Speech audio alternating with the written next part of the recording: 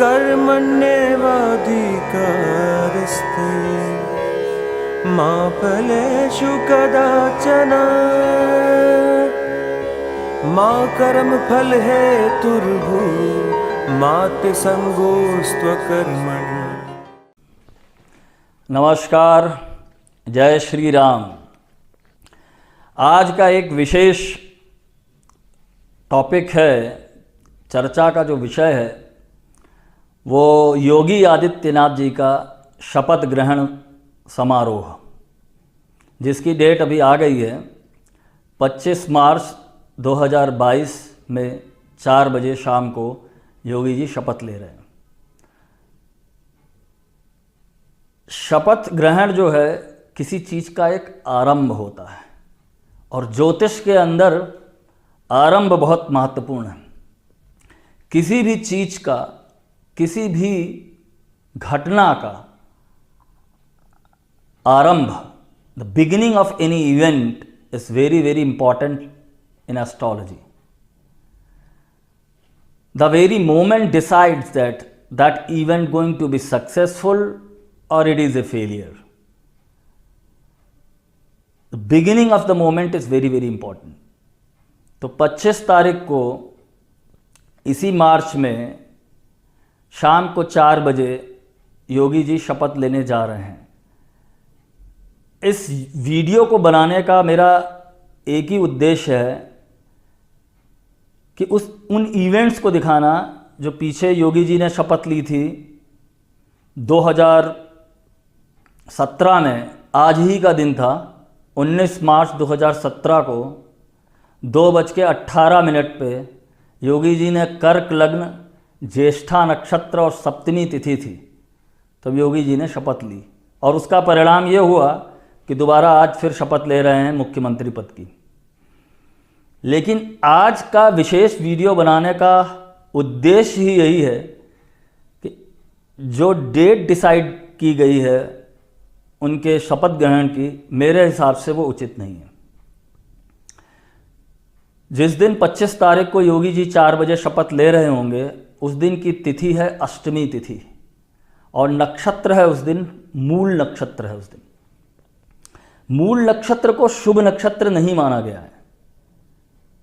किसी भी शुभ कर्म के प्रारंभ में मूल नक्षत्र को शुभ किस लिए नहीं माना गया? क्योंकि हर नक्षत्र की एक विशेष शक्ति है और एक विशेष पर्पस होता है। मूल नक्षत्र कोई अशुभ नहीं है, लेकिन विशेष कर्म के लिए विशेष नक्षत्र को चुना जाना ये एक सही तरीका है।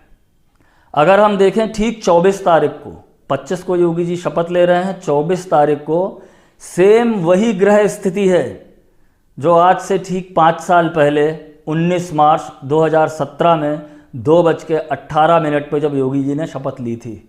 उस समय की जो तिथि थी सप्तमी तिथि थी और ज्येष्ठा नक्षत्र में चंद्रमा गोचर कर रहा था। अगर हम 24 तारीख को देखें तो वही स्थिति वापस फिर से, हिस्ट्री इज रिपीटिंग इटसेल्फ। ज्येष्ठा नक्षत्र भी है, सप्तमी तिथि भी है। तिथियों का बहुत महत्व है। जो हम पंचांग बोलते हैं ज्योतिष के अंदर, पंचांग मतलब 5 जिसके अंग हैं, पंच अंग। तो उसके अंदर 3 चीज़ें जो सबसे महत्वपूर्ण हैं। पहला चीज़ तो है दिन कौन सा है, वार। फिर दूसरा क्या है कि तिथि, पंचांग का पार्ट है तिथि, वार। और तीसरी सबसे महत्वपूर्ण चीज़ है नक्षत्र क्या है। तो अगर हम इन तीनों चीज़ों को देखें और कंपेयर करें पीछे से, तो हमको देख के बड़ा आश्चर्य होगा कि अगर जो विनिंग कॉम्बिनेशंस होते हैं उनको कभी परिवर्तित नहीं करना चाहिए। मुझे समझ में नहीं आता है योगी जी के चारों तरफ कौन से एस्ट्रोलॉजर हैं जिन्होंने उनको ये सलाह दी कि वो मूल नक्षत्र में शपथ ग्रहण करें। मूल नक्षत्र की शक्ति कही गई है भरहण शक्ति, power to destroy, power to ruin, किसी चीज को नष्ट कर देने की शक्ति भरहण शक्ति के।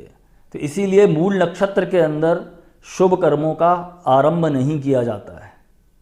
मूल नक्षत्र किन्हीं और तरीके के कर्मों के लिए शुभ हो सकता है, पर शपथ ग्रहण जैसे समारोह के लिए उचित नहीं है। पहले जब वैदिक काल में या एंशियंट टाइम में जब भी राजाओं का अभिषेक होता था, और मॉडर्न टाइम में भी मैं आपको एग्जाम्पल दूंगा कि कहाँ पे इन नक्षत्रों का उपयोग होता है, तो एक विशेष नक्षत्र होता था जिसको हम बोलते थे अभिजीत नक्षत्र। अभिजीत नक्षत्र के अंदर जब अभिजीत नक्षत्र में चंद्रमा का गोचर होता था तो उस समय राज्याभिषेक किए जाते थे।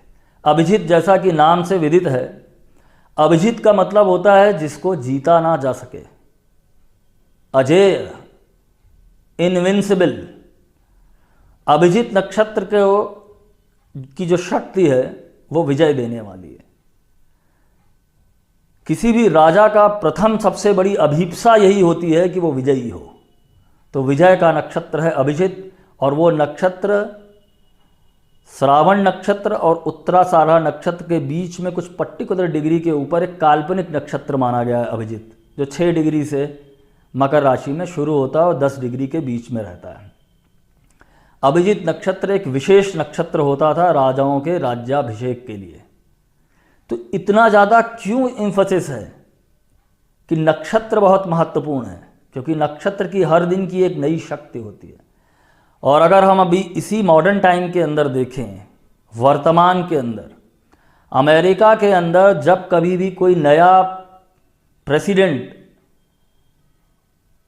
शपथ लेता है तो वो हमेशा 20 जनवरी को ही कराई जाती है।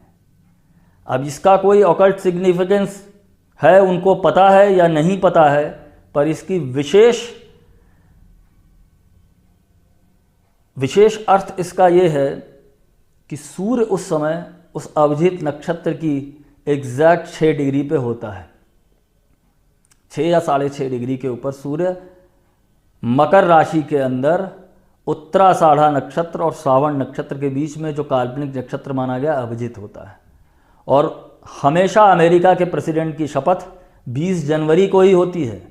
अगर संडे भी हो जाए तो उनको संडे के दिन विशेष रूप से बुला करके उनको शपथ करा दिया जाता है, और फिर उसके बाद में नेक्स्ट डे वो सेरेमनी के जो और पार्ट होते हैं वो करते हैं। अभी यहाँ पर योगी जी की जो शपथ हो रही है वो मूल नक्षत्र में करा रहे हैं। मुझे इसके अंदर शुभ संकेत नहीं दिख रहा है, क्योंकि योगी जी ने जिस समय पीछे शपथ ली थी 2017 में 19 मार्च को, उस दिन संडे था और चंद्रमा का गोचर ज्येष्ठा नक्षत्र में था। जैसे मूल नक्षत्र की शक्ति मैंने कहा कि नष्ट कर देने की शक्ति है, उसी तरीके से ज्येष्ठा नक्षत्र की, जैसे मूल नक्षत्र की शक्ति कही गई है भरहण शक्ति, power to destroy, power to ruin. दूसरी तरफ जो ज्येष्ठा नक्षत्र है उसकी शक्ति है आरोहण शक्ति, power to rise, power to conquer. Jyeshtha नक्षत्र का deity of that nakshatra is lord Indra, and when it comes to lord Indra it is all about winning the battles. So Jyeshtha नक्षत्र का एक विशेष महत्व भी बीजेपी के फॉर्मेशन से जुड़ा हुआ है, और ये वो नक्षत्र है जो बीजेपी के अस्तित्व से जुड़ा हुआ है। बीजेपी का जब गठन अटल बिहारी वाजपेयी जी ने 6 अप्रैल 1980 में 11:40 पे दिल्ली में बीजेपी पार्टी को फॉर्म किया, उस दिन भी चंद्रमा का गोचर ज्येष्ठा नक्षत्र में हो रहा था। और जिन्होंने ये पार्टी बनाई अटल बिहारी वाजपेयी जी ने, उनका स्वयं का जन्म ज्येष्ठ नक्षत्र में हुआ है, और वो भी स्वयं भारत के प्राइम मिनिस्टर हुए। आप इससे समझ सकते हैं ये कितना सिग्निफिकेंट और इम्पॉर्टेंट नक्षत्र है भारतीय जनता पार्टी के लिए। ज्येष्ठ माने होता है द बिग वन, जो सबसे बड़ा है, जिससे बड़ा कोई नहीं है। ज्येष्ठ माने बड़ा। आज ये कोई मेटाफोरिकल वे में मैं नहीं कह रहा हूँ, बीजेपी दुनिया की सबसे बड़ी पार्टी बन के उभरी है in terms of number of participant. जो कार्यकर्ता हैं पार्टी के, उनकी संख्या के हिसाब से बीजेपी विश्व की सबसे बड़ी पार्टी है। तो ज्येष्ठ माने होता है बड़ा, जो सबसे बड़ा हो। और ज्येष्ठ नक्षत्र का जो मेन कोई भी कॉन्स्टलेशन होता है, इस a combination of many stars. तो जो उसका मेन सबसे बड़ा स्टार है वो एंटेरिस है।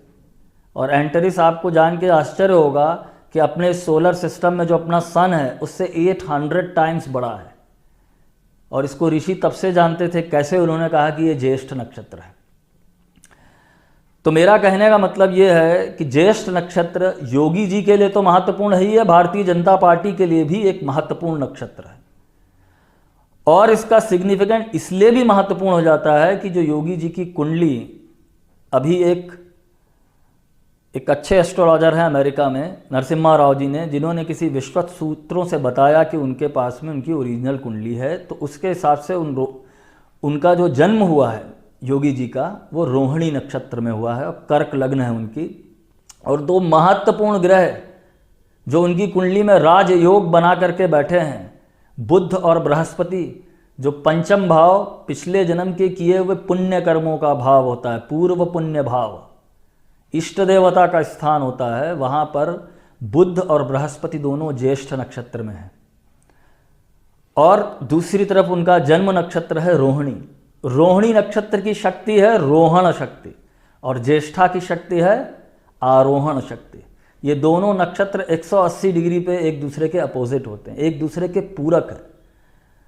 तो मैं समझता हूं कि अगर योगी जी की शपथ बृहस्पतिवार को 24 मार्च को 2 बजे के आसपास होती कर्क लग्न के अंदर, तो इनके लिए आगे आने वाला समय और भी महत्वपूर्ण होता और विशेष रूप से शुभ होता। जैसा कि उनको पीछे विजय प्राप्त हुई और आगे भी उनका विजय के लिए पथ प्रदर्शित होता।